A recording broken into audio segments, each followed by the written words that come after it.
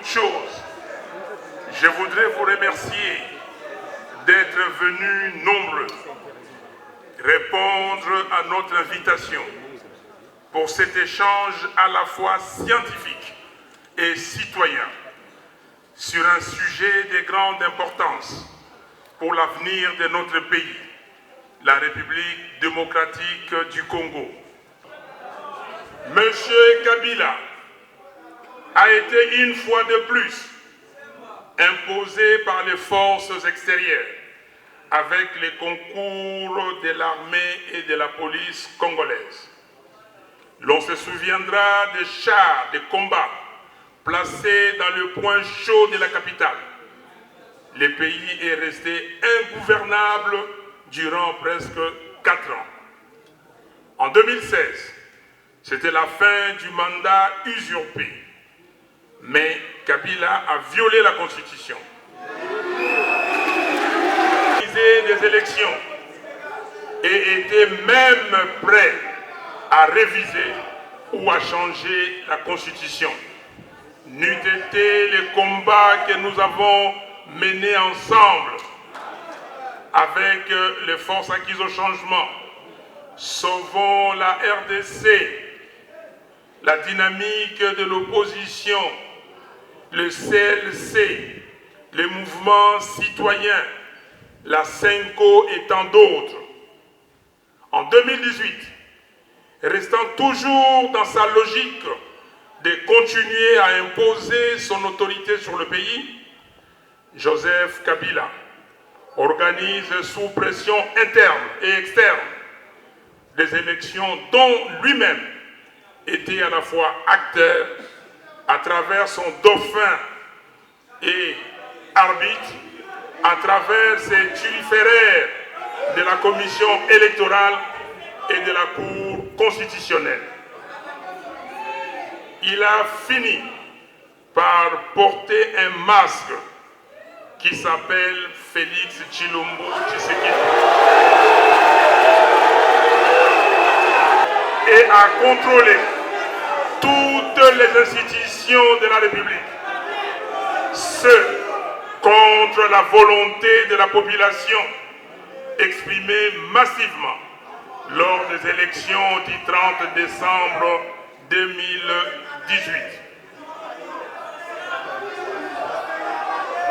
A exigé la fabrication des résultats pour nommer les députés provinciaux, nommer certains députés nationaux et nommer celui que vous connaissez. La vérité des urnes, le professeur Jack Joly affirme, je cite, « Ainsi, après 3 cycles électoraux, malgré des millions de dollars dépensés, on assiste à la répétition des désillusions. On note en effet qu'après la publication des résultats, surtout de l'élection présidentielle, les princes de l'Église dénoncent ces espoirs perdus.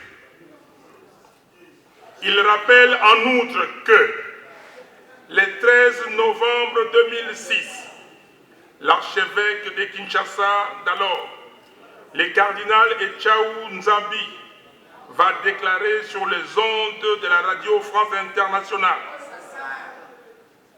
je cite, « Moi comme pasteur, je n'accepte pas le mensonge. Malou Malou en tant qu'abbé ne peut cautionner les mensonges. Nous voulons, par les urnes, la paix. Nous voulons la paix. » Fin de citation.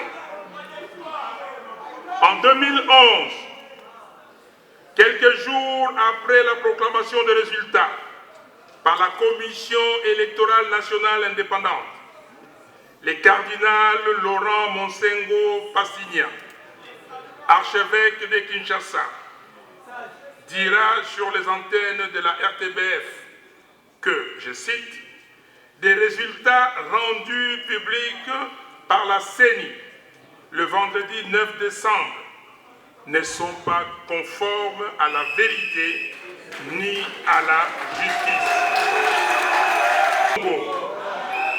Archevêque de Kinshasa va à son tour déplorer sur les antennes de la Radio France Internationale que c'est clair, Martin Fayoulou et non Félix Tshisekedi, qu'au cours de la présidentielle du 30 décembre 2018, avait obtenu plus de 60% des suffrages. Les principales causes de la crise de légitimité dans notre pays sont 1. Le non-respect de la volonté du peuple congolais. Sa souveraineté est bafouée. L'article 5 de notre Constitution qui consacre que la souveraineté appartient au peuple est bafoué. 2. Les mépris de l'intérêt général au profit des intérêts privés. Certains Congolais pensent que c'est les ventres d'abord. Ils ne pensent qu'à eux-mêmes et ils ne pensent pas au peuple. Ils sont prêts, s'il vous plaît, écoutez-moi, ils sont prêts à vendre leur pays. Ils n'ont aucun caractère, aucune personnalité. Ils n'ont aucun principe solide à défendre. Et c'est malheureux. Ils ne sont pas des hommes et des femmes de conviction.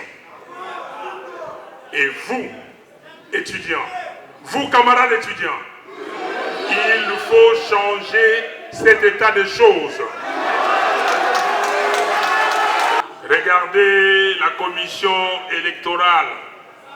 Regardez la Cour des comptes. Vous avez une assemblée nationale où on a nommé des gens pour servir des individus. Oui, bonjour. Lelo Tomoni, président Martin Fayoulou, Azali, une rencontre universitaire avec des étudiants. Tony Koyeba, pourquoi rencontre on a? Donc,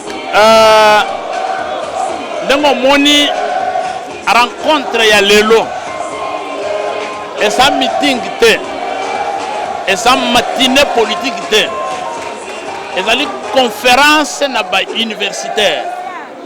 Par universitaire, il intellectuel ya ville Kinshasa. Yango il faut bande ko baya bakepona lelo. Bato basala classe bien te. Bana place na salo te.